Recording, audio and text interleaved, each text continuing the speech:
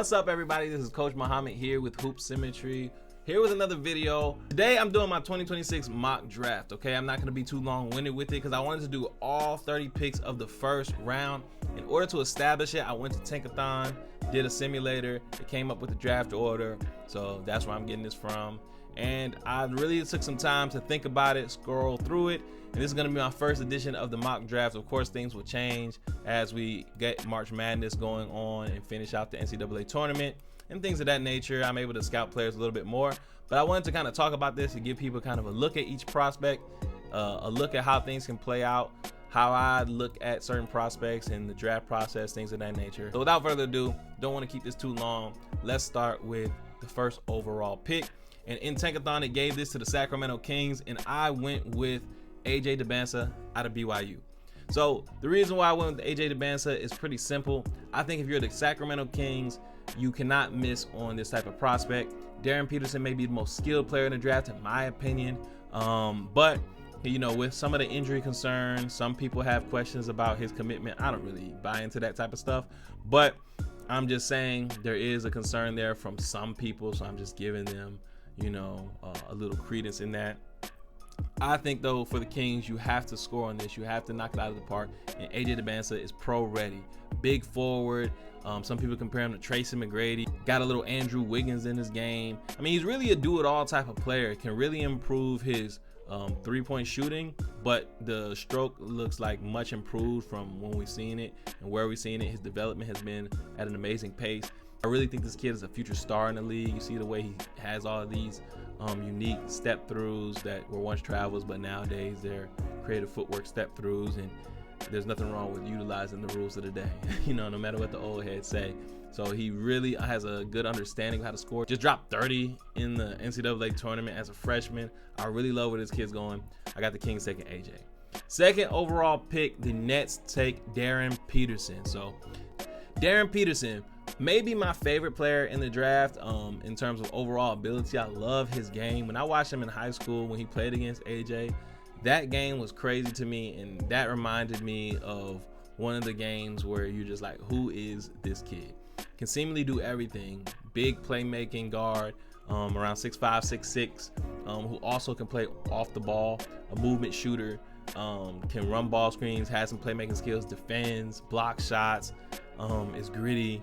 He just kind of does everything you want him to do, other than his availability has some questions, and he has this issue with the cramps that's going on. Again, I'm not too concerned about those things, but just giving it credence. So if you're the Nets, you really need a change of pace, someone to build around. I don't think Yegor Demon is going to be the person who stops them from drafting someone like a Darryn Peterson, much more effective as a lead guard type of guy, someone who can get you 30 plus while being a part of that heliocentric type of offense. If you're the Nets, that's what you need. They got Darryn Peterson. Kind of reminds me of like a Brandon Roy type of player. 6'5", can play a little bit of point guard, can play off the ball, come off screen. Next, we got the Pacers taking a very Pacers player, you know, Cam Boozer. A lot of people consider this a 3-player draft. Some people consider it a 4-player draft, depending on if you want to throw in Caleb Wilson or someone else. But I think this is a good pick for the Pacers. You pair him with Siakam and those guys. They've been looking for a big. Now, I don't know if you're going to play Siakam and Boozer as your permanent front court, but even, you know, just giving you that versatility of the lineup. You have Tyrese coming back, Nembhard. You got guys up and down the lineup where you can kind of use lineup versatility, and Cam Boozer is just the next best player in the draft. Really good passer in the draft. I love the way that he plays and thinks the game. Really a kind of an old school, methodical type of player, but there's nothing wrong with that. I think Cam Boozer is going to have an excellent long-term career. And so, yeah, I got the Pacers taking Cam Boozer to add to their core, and he plays like you would expect someone from like the Hoosier State to play. Next, number 4, we got the Chicago Bulls. And this is kind of where things started getting interesting. I have the Bulls taking Darius Acuff. Now, Darius Acuff has had an amazing season, one of Calipari's best guards in terms of college success ever. And that's saying something, because if you know Calipari's long line of history from Derrick Rose and John Wall and those guys of guards in college, he had success with him, and Darius Acuff is killing it. A 3-level scorer. A lot of people compare him to like a Stephon Marbury type of player. I like that. He's like a short, stocky, type of build, but not that short. You know, he's 6'3", you know, ish.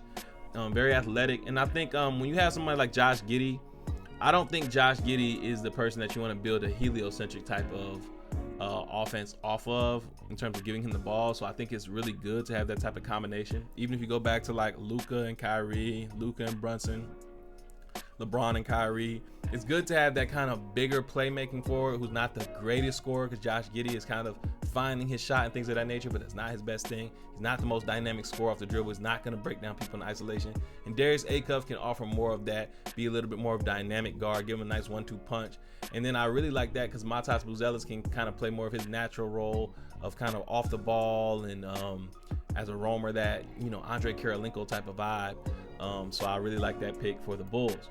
Next, we got the Wizards getting the pick, and I have them drafting Caleb Wilson. Okay, so I really like this fit because Caleb Wilson is kind of a do-it-all type of player, very Swiss Army knife, Tari Eason or some of these other type of big power forwards who can do a little bit of everything vibes.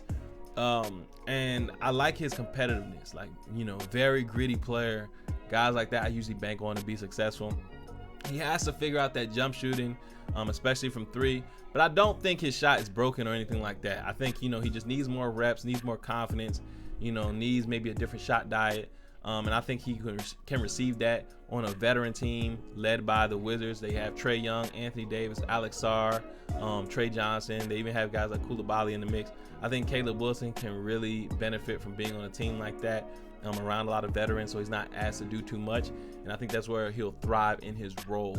You know, super athlete, will play hard, defend, do all the things that kind of complement the other guys, give them some of them young legs. I got the Wizards taking Caleb Wilson. Next, I have the Jazz taking Kingston Fleming. So Kingston Fleming, big guard, 6'5" point guard, just had another good game in the tournament for Houston. I really like Kingston Fleming, man. Like, he kind of reminds me of those, you know, those other 6'5" point guards that we've seen before in the prospect phase. So I'm talking about guys like Michael Carter-Williams a little bit, you know, maybe a little bit more like Emmanuel Mudiay. I don't know. There's not a perfect comparison I've thought of as far as Kingston Fleming, but just that tall guard who likes to shoot from the mid-range, can play defense, can truly make plays for others. I'm a big fan of Kingston Fleming. Again, got to shoot the 3 ball a little bit better, but I think that can improve, especially given the fact that he shoots at the line at a decent clip and his mid-range jump shot is fairly consistent at this stage. And I like that pairing with Keontae George, because Keontae George is not as much of a point guard truly as Kingston Fleming, but a much better shooter. So, and, you know, not as good of a defender either, but Kingston is a good defender. So I like that kind of 1-2 punch. You give you good positional size. You got a 6'4" and a 6'5"-ish type of guard in the backcourt. I think that can work. And they don't play the same, so I think they can kind of feed off of each other, having Kingston do a little bit more of the playmaking role and Keontae scoring more, which is what he likes to do anyway. Especially when you have all those other big defenders around you guys with Lauri Markkanen, Jaren Jackson, Walker Kessler, all these type of guys. I like that kind of guard fit with the Jazz, so I got them taking him. Next, the Mavericks taking Mikel Brown Jr. Man, I like Mikel Brown, man. He kind of reminds me of Anthony Black a little bit. He's more of a true point guard than Anthony Black, for sure. But, you know, he has that on-ball, off-ball ability as well. Really good shooter, can defend and can pass. Not the best self-creator, but for Dallas, he wouldn't be asked to be that, which is why I love the fit. Especially if they're playing Cooper Flag at kind of that point guard position or that point forward skills, and they have Kyrie coming back, etc. They have some other guys to handle some more of the on-ball duties. And even if you pair Mikel Brown with a Kyrie, because he has that positional size, he can play the 1 or the 2 and defend. And he doesn't play point guard like Kyrie. Like, the things that Kyrie is not the strongest at, he is really good at, like playmaking and making passes for others and just being off the ball and defending.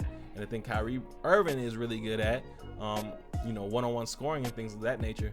Mikel Brown is not the greatest at. So I love, you know, situations like that where you can kind of have someone to complement the guys you already have. So I got the Mavericks taking Mikel Brown.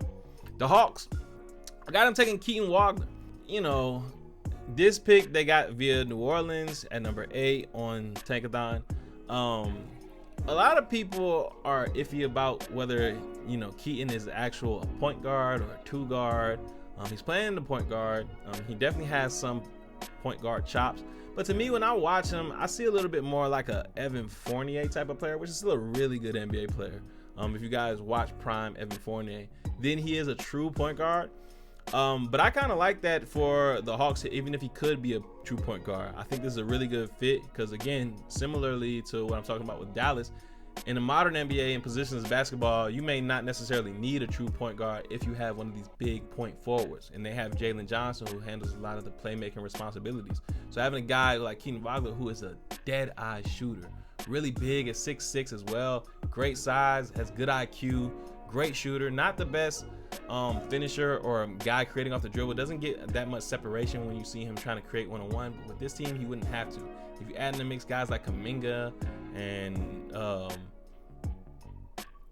Dyson Daniels and people of this nature, I think, you know, one of the things Atlanta needs is shooting, and a guy like that, and they can maybe have a lead guard like a Keaton Wagler who doesn't have to create as much off the dribble, can be a little bit more of a secondary ball handler in many ways, which I think he would thrive at, and really offer them some dead-eye shooting and some nice IQ play. So I like that, and while keeping their positional size advantage. So I got them taking him at number 8. Number 9, this pick I had a little controversial because the Grizzlies have this pick, and I don't know what they're going to do with Ja. I'm from Memphis, so of course I always support the Grizzlies. But if I'm going to assume that they're going to keep Ja, I don't think they're going to get, I don't think they're going to get for him back what they want. And I think in that type of scenario, it may make a lot of sense to just keep him. They surrounded him with a lot of guys quietly who kind of compliment him, whether it be Cedric Coward, who I really like, whether it be Jalen Wells, a bunch of these forwards who are kind of off the ball, Santi Aldama. Keeping Ja to me at this point kind of just makes sense. And assuming that they do that, I like them kind of taking a chance on a guy like Nate Ament, okay? This is a guy who's not had the greatest season. I don't think he's going to be what people thought he was going to be in terms of like this on-ball Kevin Durant-ish type of hybrid, big skilled forward. But I do think he has some type of versatility, especially defensively, and has a decent enough shooting touch to become one of these big 3-and-D type of wings if he really commits to that end.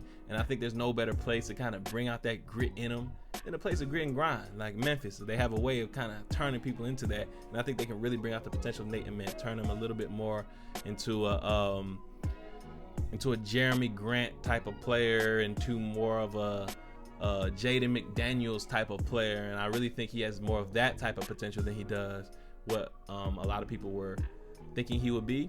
That's not to say that he'll ever meet that necessarily, but I think this is the team to take a shot on that type of potential. He was supposed to be a top 3 to 4 pick coming into this year, so I think they may be able to pull that out of him. Next, at number 10, I have the Milwaukee Bucks selecting Brayden Burries. Okay, so Brayden Burries is a 6'4" combo guard. I like this pick because of Ryan Rollins. You got Ryan Rollins and Kevin Porter Jr., who I think Rollins they really like as a future lead guard for their team. Who knows what they'll do with Giannis. KPJ, is always an exciting player, but maybe a little bit more six-man-y than he is, the starting 2 guard. And I like Brayden Burries' ability to play on the ball, off the ball.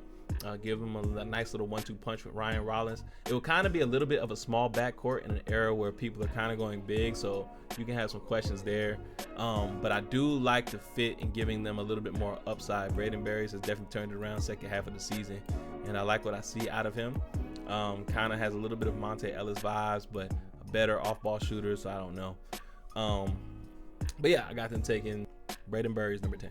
Next, number 11, Portland. I got them taking Labaron Philon, okay? Labaron Philon is a guy that I love watching. He kind of reminds me a lot of AJ Mitchell out of OKC. Very methodical way of approaching the game, but can get downhill, can make all the passes, competes defensively, high IQ player. Does all these little step throughs around the rim, which is really where I saw that AJ Mitchell comparison. I was like, where he attacks is very methodical like AJ Mitchell. So I think, whether or not he can be a starter in the league or a lead guard, I think he could.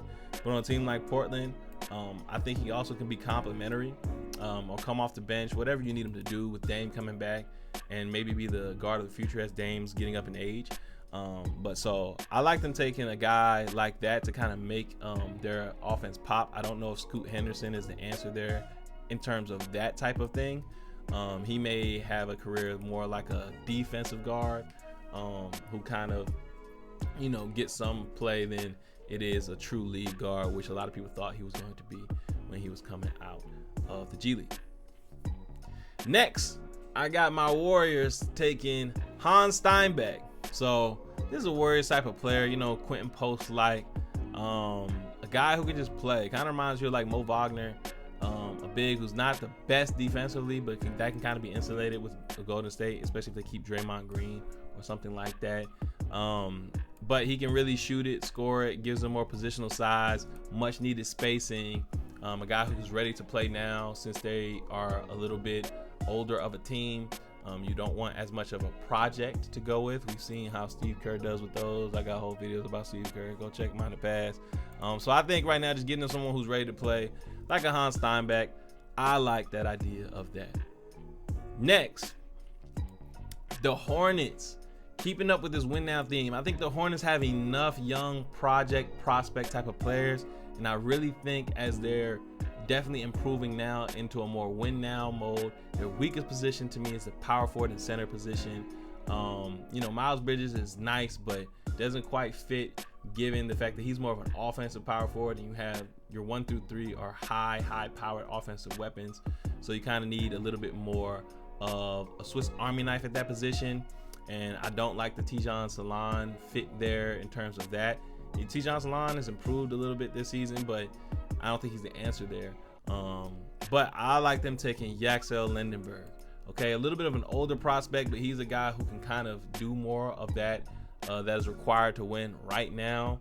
Knows how to play. You can plug him in right now. And he's around the age of some of their players who they're growing with anyway.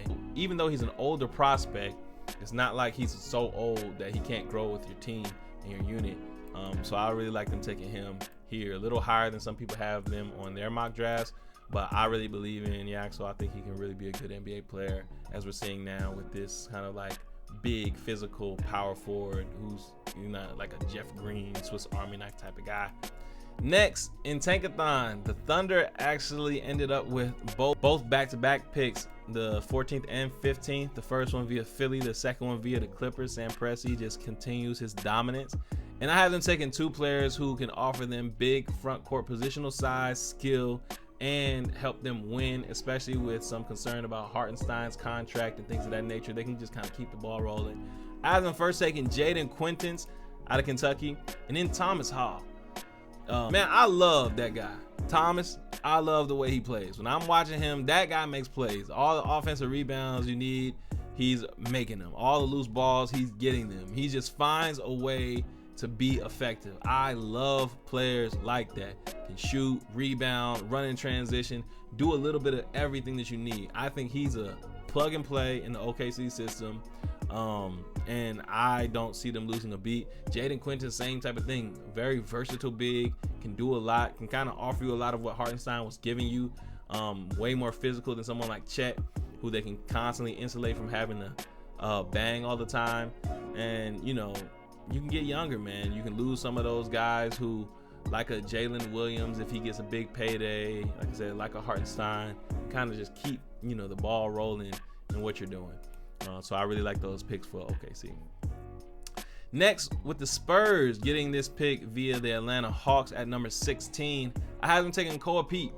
So similar to the last pick when I was talking about insulating Chet, I really like when you complement your best players while also getting people who give you the same value around the range that you're picking and positional size. So Koa Peat is a really big physical power forward. And he's not the best shooter, but that works when you have a shooting big like Wemby. Is not as much of a concern. And his big physical profile, like he's like built like Corey Maggette or something like that. You know what I mean? Like to me, that is very good to pair with someone like Wemby, because if you're playing basketball and you have a guy that you kind of want to body up with a bigger guy, you need someone with a body that can do that. You can think of like what Rui was guarding Jokic or somebody like that, just a little bit bigger and stronger, so that guys like Wemby or in that case, Anthony Davis, can kind of play that weak side and really dominate, really use their superpower, which is not going to be as effective if they're just a person standing and walling up. You know, getting someone bigger, strong like that, who can get out transition, extremely athletic, a high IQ player. I think he'll fit right in. To me, that's a position that they're kind of weakest at right now, the power forward position. They're trying to figure that out. And I think, you know, the Spurs getting Koa Peat would be just a great fit.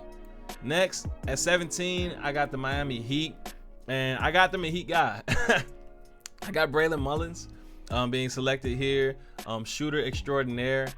There's some questions around Tyler Hero, his long-term future with the Heat.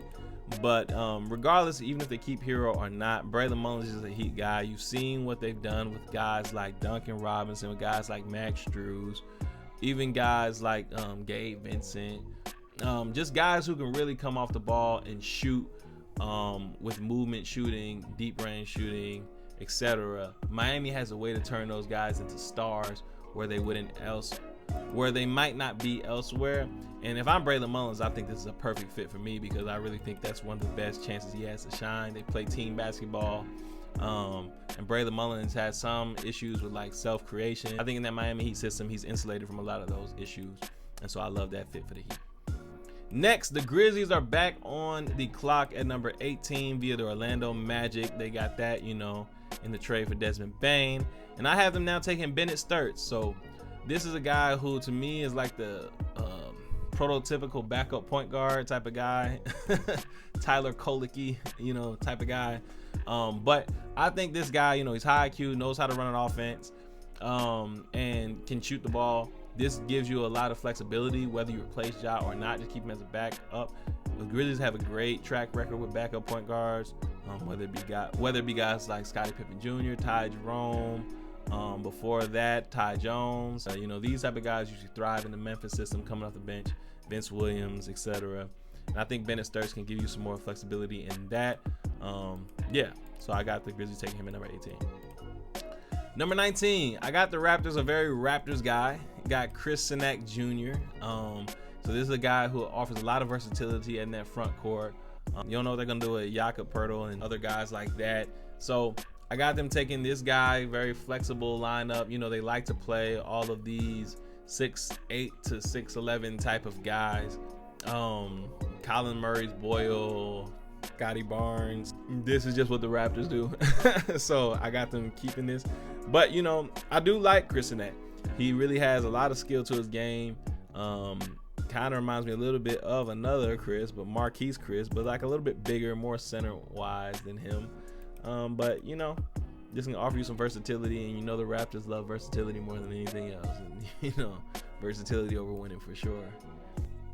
I got the Hornets getting picked 20 via the Suns, and I got them getting Patrick Ngongba, you know, the second, you know, big guy. You know, I already got the Hornets taking earlier Yaxel Lendeborg, so we're addressing one front court position. I think they go center here, and if you're going to go center, you just want a big physical center, rim running center, someone who can kind of take some of the athletic responsibility away from those backcourt members, someone who's not going to demand the ball a lot. And I think that's why you go with this selection. Someone can rim run, defend the rim, etc., knows their role. Kalkbrenner, to me, is a little bit more of a backup because he's a little slow right now. But this gives you the versatility with that, and I think that can kind of address some of those concerns and keep the Hornets rolling. I would love if the Hornets got these two selections. I think that'll immediately help them without disrupting so much of what they have going on. Because sometimes when we have momentum going on like the Hornets do, they have a lot of people. Even when they just picked up Kobe White from Chicago, they have a lot of people who are already demanding the ball. So I like them getting kind of these players who can really fit around there and insulate the other people on the other end. And so that's why I got them going with Patrick at number 20. Number 21, I got the Nuggets taking a little bit of a shot on potential with Tunde Yesufu. And so I really like Tunde. You know, a lot of people are calling him an Anthony Edwards clone early out of high school. And so, but he has game. He has not quite that type of potential. To me, the potential is more like a Dion Waiters type of guy. Thinking like, you know, with that big body, big frame, can defend, Has some scoring chops there, even if it's not the most well refined. That's not his floor, but to me that's more of his ceiling if he hits.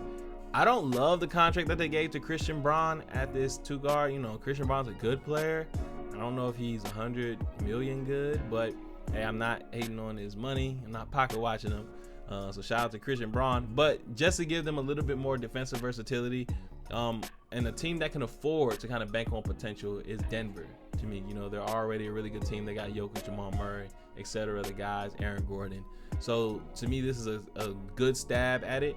I think they can work with him on shooting to really try to solidify his role there. And if he does pop and become like a Dion Waiters type of player, I think that adds a lot of value here, especially at pick 21 for Denver, who to me can afford it, you know. So, because at bare minimum, he's a strong, physical, athletic guard that you can at least deploy as another defender. Because Christian Braun is a solid defender.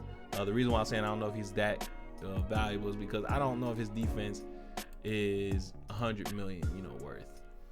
But anyway, I think getting a more physical defender as well can help a lot. 22, I got the Hawks selecting via the Cavs and taking the 7'3" big Ademara.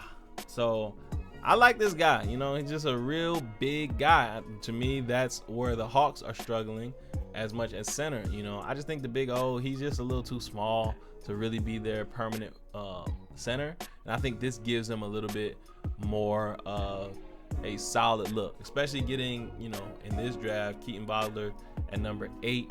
I think, or Keaton Wagler at number 8. Especially in this draft, getting Keaton Wagler at number 8, you know, trying to address that backcourt position. I like them complimenting that. Going at Ademara at 22, who is one of the tallest players in the draft, and this is a league which values height and size because the rim is 10 feet from the ground. So that's never going to go away. And this guy knows how to play, and he's really big, and I like that. All right, so another shot at potential, one of my favorite players in the draft, and if they do this and this draft pick hits, to me this can be game changing. I have the Pistons selecting via the Timberwolves and choosing Elijah Arenas out of USC. Now Elijah may return to school, who knows, but this guy has some of the best potential in the entire NBA. We already know he has a skill set to kind of score in a one-on-one fashion via NBA players. Not that many guys are super successful doing that, even in those settings. I remember watching LaMelo Ball in the UCLA runs play against the grown men at first, and he had to adjust a little bit, but you can see the IQ's there, the skills there, and not that many people look that impressive, and we can now see what LaMelo is. Elijah, to me, bona fide scorer. This is great positional size. To me, Cade Cunningham is looking for a running mate to play at the 2. And when you have a big point guard like Cade Cunningham, sometimes I think you can kind of hamper your team if you just go with a really small 2 guard, because then you just guard the smaller guy with a small guard and the big guy with the big guy, and you don't really lose anything. So your advantage is kind of mitigated a little bit. But if you can kind of keep a true positionally sized 2 guard and small forward and power forward and center, then it really makes it very difficult to hide the small players on the other team, and your advantage is highlighted even more with Cade being this big point guard. And if Elijah Arenas can be who I think he can be, one of my favorite players in the draft as well. I think very underrated given the production, coming off of that car accident. I think this can really bode well for the Pistons, who can use more shooting, and one thing Elijah can do is shoot. I don't think long term, the twin can really function there next to Jalen Darryn, who I love, and I really love the twin as well, but I just don't like the fit there, because 3 out 2 in the modern NBA is not the success for winning. And especially if the 2 that are in, especially if one of the 2 who are in is one of your backcourt players or your small forward, it's just not the most ideal. There are some teams who can kind of get away with that if they have a bunch of shooters elsewhere.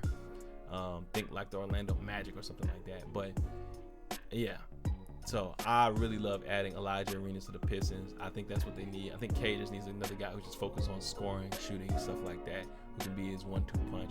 And I think Elijah can truly do that. I think he's very underrated. Next, I have the Sixers taking Kareem Lopez, and this pick they got from the Houston Rockets. Now, Kareem Lopez is a guy who some people are iffy on, but this is a big guard slash forward who is physical. That's one of the main things I like about his game. He has some playmaking chops and he's physical. He kind of reminds me of Mario Hezonja. Do y'all remember Mario Hezonja, the guy who once famously stood up LeBron and blocked the shot? Didn't quite have the career to pan out, but when I was watching him, when I was scouting earlier, he had some of those passing chops, scoring chops, was a little bit of an inconsistent shooter, kind of like Kareem is, could defend, and had that kind of like big physical frame, and that's what I say about Kareem.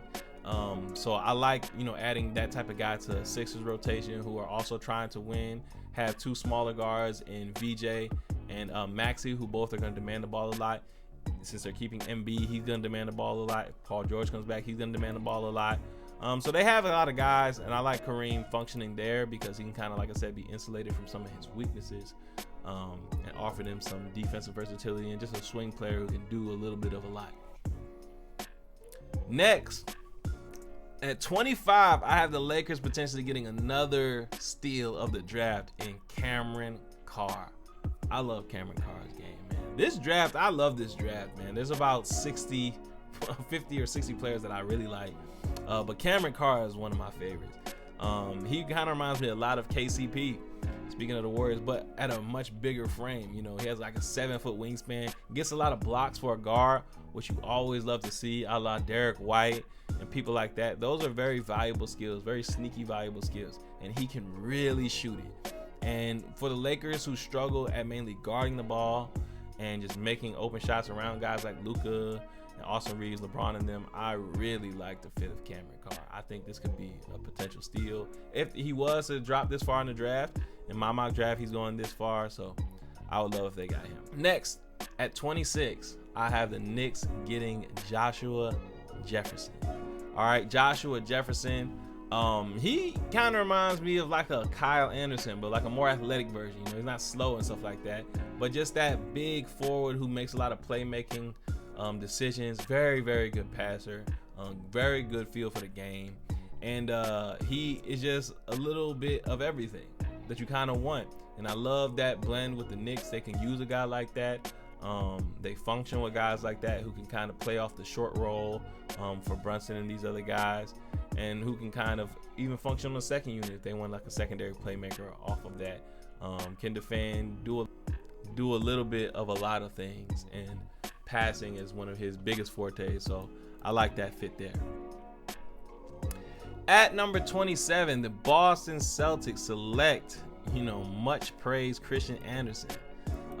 We've all seen the Christian Anderson highlight tapes. His father is a well-known trainer, and he is having a really good season. And I think, again, a team like the Celtics could really take a swing on a guy like that and benefit. We already know they have guys like Peyton Pritchard and Derek White as their guard play, but they can really use some more guard play going on, even though Jason Tatum and Jaylen Brown take a lot of the responsibilities. I can see a world where a guy like Christian Anderson can find himself in an off-the-bench role for a team like that, depending on what they decide to do with Peyton Pritchard, in terms of they can play Peyton Pritchard, Derek White, Brown, Tatum, and a big, or anything like that, and then Christian Anderson can kind of be a bench guy, or they can keep him on the bench, or whatever the case is. I just like the fit there, and I just think he's one of the better players available. So sometimes you just kind of go with that. Next, the T-Wolves get the Pistons pick, and they take Tyler Tanner. So now, Tyler Tanner drops, but he's still in the first round. I really love watching Tyler Tanner play. This is a guy who, even though the Timberwolves haven't had the best success with this small guards, just getting rid of Dillingham, he is not Dillingham. This guy plays defense for real. He has that chip on the shoulder, kind of plays like a football player. He kind of reminds me of a cross between Ryan Nembhard and like Jose Alvarado because of his defensive tenacity, but he has more of the offensive chops like a Ryan Nembhard, can really shoot it, is really athletic, a smart player, can pass.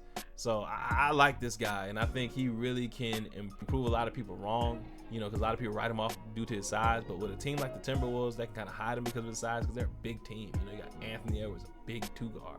Jayden McDaniels, a big small forward.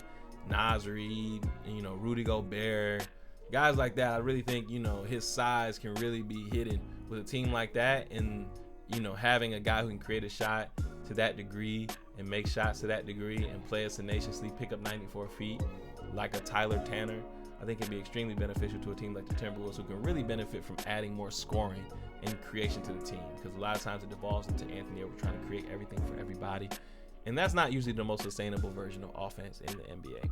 So Tyler Tanner goes to the Timberwolves in this draft. I like that fit a lot. At number 29, the Cleveland Cavaliers take Amari Allen. Amari Allen is a guy that, again, I really like when I watch the tape of. He just looks like an NBA player. Like, when you watch certain movements, he has some Jalen Williams in him, like the J-Dub Jalen Williams. And, you know, he's not fully that, but he has way more wiggle and creative handle to his game than a typical 3-and-D player would have. But he also kind of has a little bit of Herb Jones in his game. So it's a little bit of a hybrid in there, you know, not the similar players, but just a little bit of both elements to his game. And I think this also can be a potential steal in the draft. The Cleveland Cavaliers have been trying to address that small forward position since LeBron. Didn't quite work out with DeAndre Hunter, who's a player I like, but, you know, wasn't able to make it work. And I think if you add him to that mix, someone who can be a 3-and-D player but can attack a closeout and read defenses much better than traditional 3-and-D players, I think you have another potential steal in the draft. And so I got the Cavs taking Amari Allen at number 29. And to close out the first round, I have the Dallas Mavericks taking Isaiah Evans. You know, Isaiah Evans, you know, funny enough, the player he reminds me of is another Isaiah Joe of OKC, who is who they got the pick from. Dallas is number 30 pick. And I like this fit a lot. You know, again, you just have a guy who can make shots off the ball. He had a crazy tournament game as well, showing some more on the ball chops. He's athletic, can get vertical, can attack closeouts, can shoot from deep range. That's why I compare him to Isaiah Joe, because if you watch Isaiah Joe, he's also really athletic. He's one of those guys who can just play, like, you know, kind of Terrence Rossy type of guy who's can jump really high but also shoot really well, play off the ball. And earlier, if they're getting Mikel Brown, I really love getting a guy like Isaiah Evans to play off of that, can play the 2 or 3, and just give you a lot, you know. And he has that connection with Cooper Flagg already from being college teammates. So yeah, I really like that fit as well. And yeah, that's the first round, man. The best mock draft you've seen in terms of the first look. It was a little bit of, you know, when I look at the mock draft, I go a little bit off of what I would do, a little bit off of how the big boards consensus are looked at as far as team value, a little bit of what I think teams will do. So it's kind of just a little mixture of all of those things. And just wanted to share some thoughts on a little bit of all of these players, man. I'm going to do the second round as well. I'm not trying to make the videos too long, but this is a great draft. I really love the draft. I'm loving learning more about each player as I'm watching both the tournament, a bunch of scouting reports, a bunch of film. I've been breaking down prospects for a long, long time. Just not as much on YouTube, so I'm trying to get more into that. But yeah, for the sake of brevity, just try to hit a little bit of each of these prospects to kind of get you kind of an idea of where I think they could kind of thrive and what their games look like and what type of people I would try to pair them next to. But anyway, that is Hoop Symmetry's 2026 first edition mock draft before the tournament's over. This is Coach Muhammad, and I'm out.